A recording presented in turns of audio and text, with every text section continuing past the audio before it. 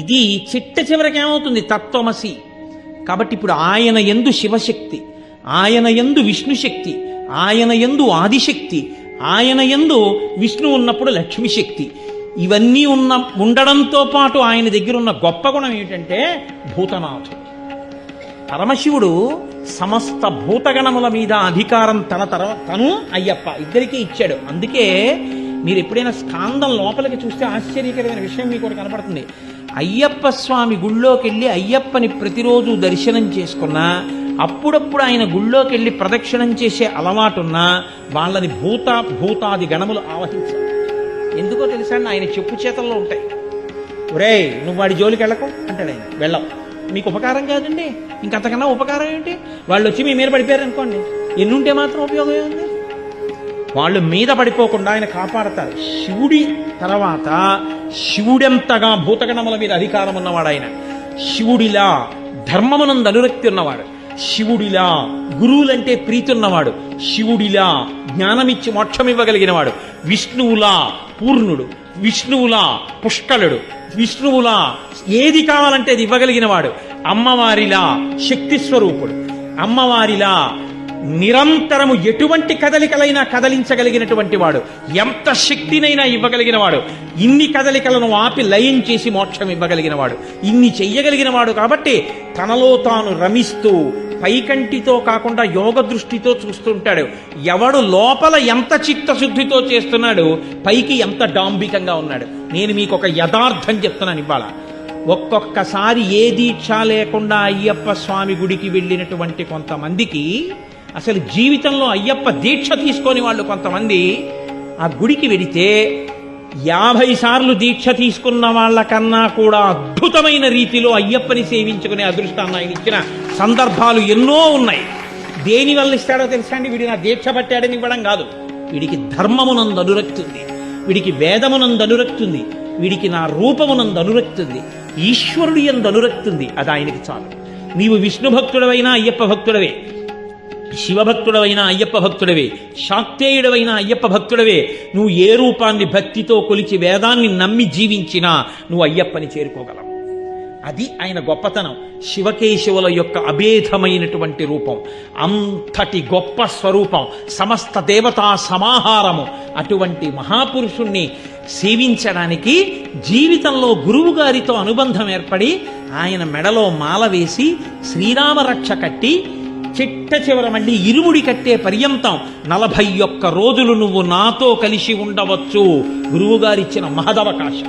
దీన్ని వాడుకుని గురువుగారితో కలిసి ఉండి జీవితాన్ని అభ్యున్నతి పదంలో నడిపించుకున్నవాడెవరో వాడు ధన్యుడు, వాడు దీక్షితుడు, వాడు సమస్తమును పొందినవాడు. అది ఒక్కసారికే లభించవచ్చు. ఇప్పుడు ఈ పూర్ణం జీవ బ్రహ్మైక్య సిద్ధితో కూడినటువంటి ఈ తత్వమసి మహావాక్యం చిన్ముద్ర అయితే, దీన్ని చిన్ముద్ర అంటారు. ముద్రలు పట్టించి మరీ ఇస్తారు. అసలు ముద్ర పట్టించి ఇవ్వాలి, ఒక్కొక్క ముద్రకి వ్యాఖ్యానం చెప్పి ఇస్తారు మా దీక్ష. అప్పుడు సప్తరజస్తమో గుణములకు సాక్షి ఆయన, అలాగే భూత భవిష్యత్ వర్తమాన కాలములకు సాక్షి, అలాగే ఆయన జాగ్రత్త స్వప్న సుషుప్తులకు సాక్షి.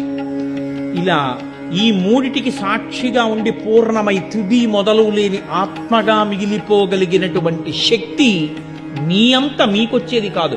మిమ్మల్ని అనుగ్రహించి ఆయన ఇచ్చి మిమ్మల్ని ఆయనగా మార్చి ఆయనలో కలుపుకునేటటువంటి స్థితి. ఇక్కడ నుంచి అక్కడ వరకు ఇవ్వగలిగిన వాడు ఆర్యన్ కాకపోతే ఎవరార్యన్?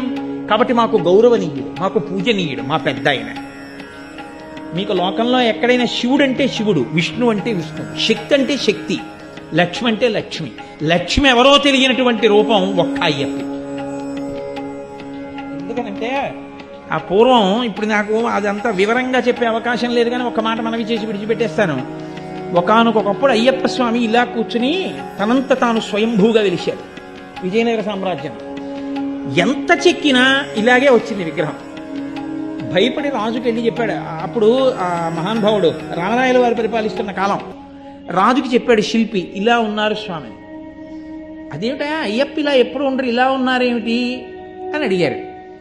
అడిగితే ఏదో రకరకాల కారణాలు చెప్పారు. ఒక రోజున అయ్యప్ప స్వామి రాజుగారి కల్లోకి వచ్చాడు. అసలు నేను ఇలా ఎందుకు పట్టుకుని ఉంటానో కారణం చెప్పేవాడు ఓ రోజున వస్తాడు గుళ్ళోకి. ఆయన వచ్చిన రోజున నేను ముక్కు మీద వేలు తీసేస్తాను. సరే, రాజుగారు ఎదురు చూస్తున్నారు. ఒక రోజున అప్పయ్య దీక్షితుల వారు వచ్చారు. మహానుభావుడైన కారణజన్ముడు. ఆయన్ని, వేరొక పండితుడు, ఆయన విష్ణు భక్తుడు, ఆయన్ని తీసుకుని రాజుగారి గుళ్ళోకి వెళ్ళారు. ముందు విష్ణు భక్తుడిని అడిగారు, ఎందుకు ఇలా ఉన్నారు అయ్యప్ప అని అడిగారు. ఏమిటో పరమేశ్వరుడి కొడుకు, శ్రీ మహావిష్ణువుకి కొడుకు, కానీ భూతనాథుడని పేరుంది, చుట్టూ భూతాలుంటాయి. ఏమిటానా ఈ ప్రారంధం, శివుడికి కొడుకోవడం వల్ల నాకు ఈ భూతాలు అంటుకున్నాయి చుట్టూ అని చెప్పి ఆయన బాధపడుతూ ఇలా పెట్టుకున్నాడు. ఆయన ఏం తీయలేదు వేలు. అప్పయ్య దీక్షితుల వారిని అడిగారు. అడిగితే అప్పయ్య దీక్షితుల వారు అన్నారు,